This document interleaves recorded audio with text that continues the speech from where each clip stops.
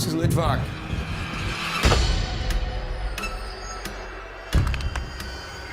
There is something very, very wrong here. We have to go now.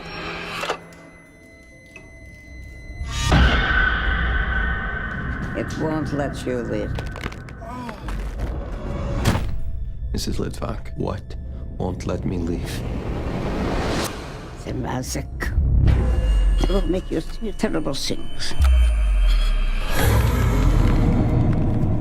בעלמא דברה כראותי, בימליך מלכותי, ויצמח פורחני וקרב משיחי, וחייפון וביומלפון, וחייב בכל בית ישראל, בהגנה ובשלטים ואילו עומד.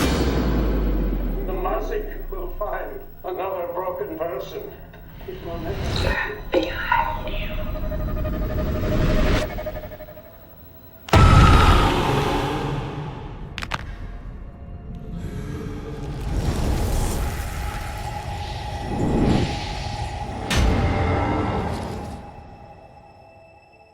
At the beginning of the movie, we are told that for thousands of years, a custom has been going on in Judaism which is called Vigil. When a member of the Jewish family dies, a guard, who is called shomer, guards the corpse until the funeral takes place. He recites the religious mantra to save the deceased from the invisible evil forces until he gets peace. This guard is often a family member or a close friend.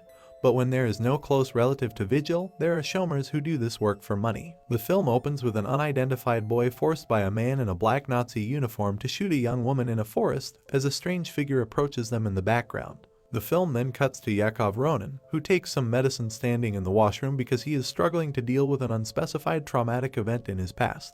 Then he comes out where we see some people who are having a meeting. These people are struggling to settle in the modern secular world by leaving their Orthodox Jewish community. They have made a self-help organization of their own. Then Lane, the leader of that group, asks Ronan about his job interview, on which he tells that he did not get that job. Lane asks him how will he pay the rent now, which Ronan is worried about, but everyone comforts him. We then see that Ronan is shy to talk to a group member named Sarah. He also gets a little nervous seeing his cousin Reb Sholem standing outside the window. Sarah saves her number on his phone and leaves asking to meet him tomorrow. After this, when Lane learns of Shulam's arrival, he goes downstairs and warns him not to harass his group members. Shulam tells him that he just has to talk to Ronan, and then Lane leaves from there. Shulam offers Ronan a job as a shomer, but he refuses it, saying that he has left the community. However, Shulam tells him that his hired shomer has run away and he has experience in this work, so he needs him and offers him $200. Now, because Ronan needed money, he agrees to do this work for $500. When asked by Ronan, Shulam tells him that his community member Reuben Litvak, who was the only Holocaust survivor of his family, has died.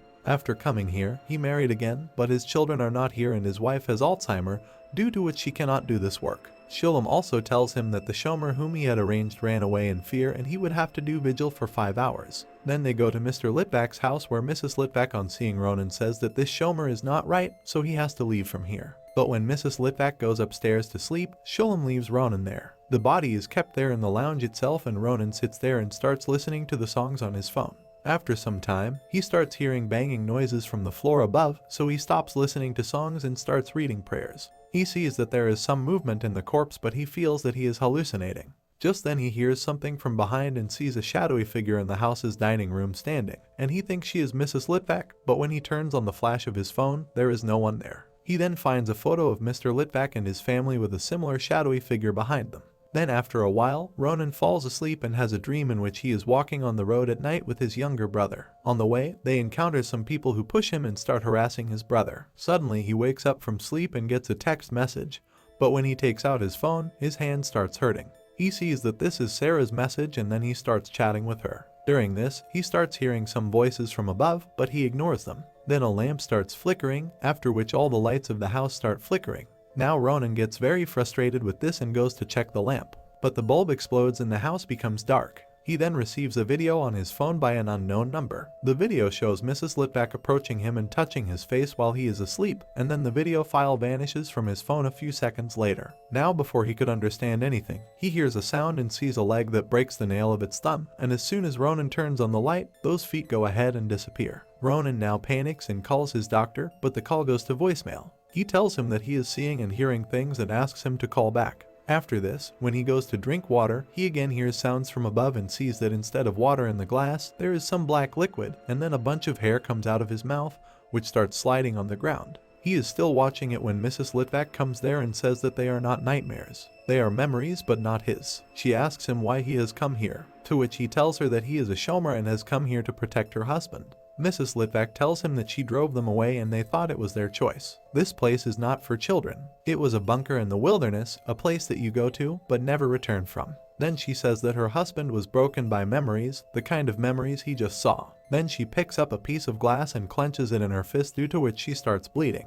And then she leaves from there. Ronan hears someone's voice, and when he follows that voice to the basement, he sees that there is a video recording of Mr. Litvak and his wife playing on TV. In the recording, Mr. Litvak explains that he was haunted by a mazik, a malevolent spirit, since his time in Buchenwald, and that it latches onto a broken person and that its true face must be burned by dawn on the first night of its appearance to banish it. But if that person is not able to do this, then that demon will hunt someone else after his death. He then notices that Mrs. Latvik is trying to say something in the video, and when he goes near to listen to her, she says that he is behind him. Now hearing this, Ronan gets terrified, and when he looks back, the mazik appears right behind him. He flees from the basement, and during this, his leg gets injured. He then gets a call apparently from his physician, Dr. Kohlberg. He tells him he is seeing and hearing things, on which the doctor asks who is he seeing. Ronan says he doesn't know, but the man and his wife who were living here were obsessed with demons, something called mazik. The doctor asks him did he see the demon too, to which he tells that he had seen the shadow. The doctor explains to him that it is because of the accident that happened to his brother that he is suffering from post-traumatic stress and fear. He asks him to close his eyes and think about that shadow and describe to him.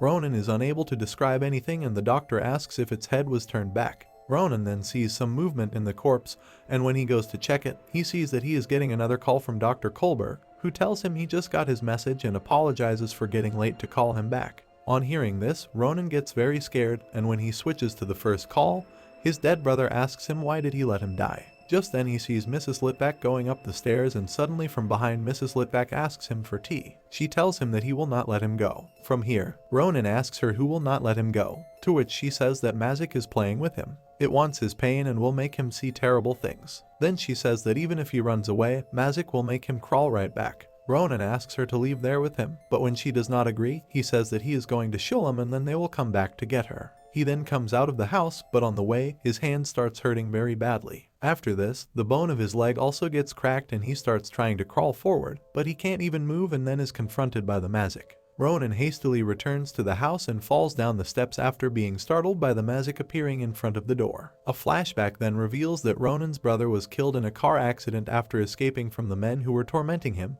and Ronan has felt guilty about his death ever since. Now when he regains consciousness, he finds himself inside the house and starts crying for not being able to save his brother's life. He then sees that Mr. Latvik's body is missing from there. He talks to Sarah on FaceTime and tells her that there is something evil in this house. It was following Mr. Litvak and then it was feeding off of him. He thinks it wants him now and it won't let him leave. Sarah tells him that he needs to go upstairs and now there is no use fighting him. Ronan is shocked to hear this, and then she says that he just saw her brother dying and did not help him, and suddenly mazik takes her away. Then he sees that Mr. Litvak's body comes back there and gets up. He asks him in his brother's voice why he let him die. Ronan goes to him and says that he was very scared and starts apologizing to him.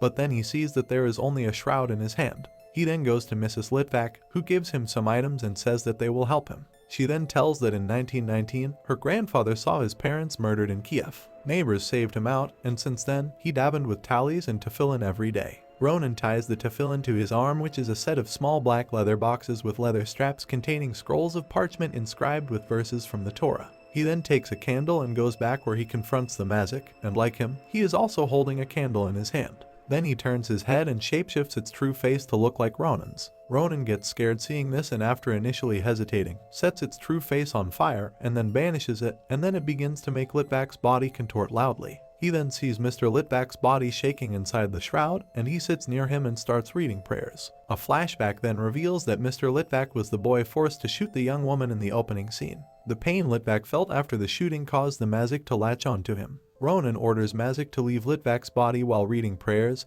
and finally, after some time, mazik leaves him. On the next morning, the mortuary men arrive to collect Mr. Litvak's body, and we see that Ronan does not take his medicine, which means his trauma and fear were also over. Shulam asks Ronan to attend morning prayers with him, but Ronan declines his offer, saying not today. As he leaves the house, a dark figure is seen following him out of the house and heading down the street behind him, and the movie ends here. Please do like and subscribe to my channel and click the bell icon never to miss new video updates. Thanks for watching.